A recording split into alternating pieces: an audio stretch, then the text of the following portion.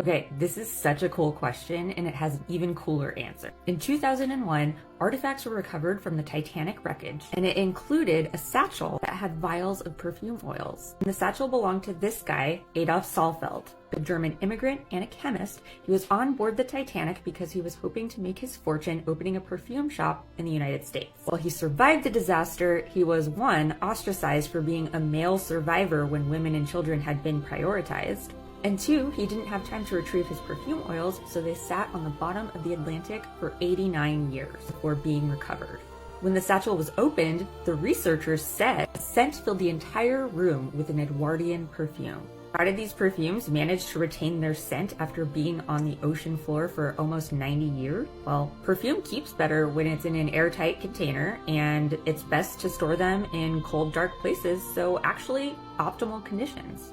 The story doesn't end there, though. Analysis on the vials found that they contained floral compounds including rose, lavender, orange blossom, and lily of the valley. And then in 2012, for the 100th anniversary of the Titanic's sinking, QVC launched a perfume called Legacy 1912 Titanic. And this intricate design you see on the bottle was based off of a door that was recovered from the wreckage. The formula for this perfume was based on the recovered perfume vials. Now, this fragrance is discontinued, and I can't for the life of me find it anywhere, but it had notes of amber, rose, lemon, and neroli. It's described as a light, airy floral.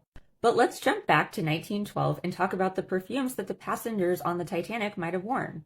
So we don't know specific perfumes, but I can tell you what was going on in Western perfumery at the time. This was actually a turning point. Up until this time, Victorian and Edwardian women were wearing single-note botanical perfumes, so we're talking rose, violet, lavender, things like that. But as I've talked about in my videos on Guerlain, Chanel, and Ubicon, this was starting to change to favor more intricate compositions, as well as compositions utilizing synthetics and aldehydes. Now here's some popular perfumes that were around in 1912. First off, we've got Quelques Fleurs by Ubicon. And I've talked about this one several times before.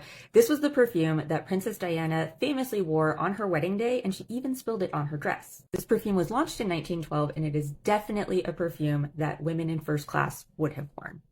Quelques Fleurs was actually a precursor to Chanel No. 5, and it inspired perfumer Ernest Beaux, who ended up creating Chanel No. 5. Next, another one I've talked about before, Jicky by Guerlain, very popular at the time. It could have been worn by men or women. All fragrances can. Guerlain also launched this classic, La Air Bleu, in 1912, so that's another strong contender. I also think that perfumes by Coty would have been represented on board. In my video on the perfumes worn by the Romanov Grand Duchesses, including Anastasia, these are their actual perfume bottles. I talked about all of these more in depth, so you can go watch that if you want to learn more about these ones. But these were favored among the aristocratic class at the time.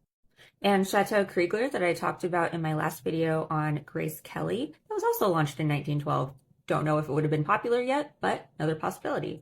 And then from my collection, the perfumes that would have most closely resembled the perfumes that were popular in 1910 would include Antoinette, Georgiana, Gatsby, and Beautiful Fool.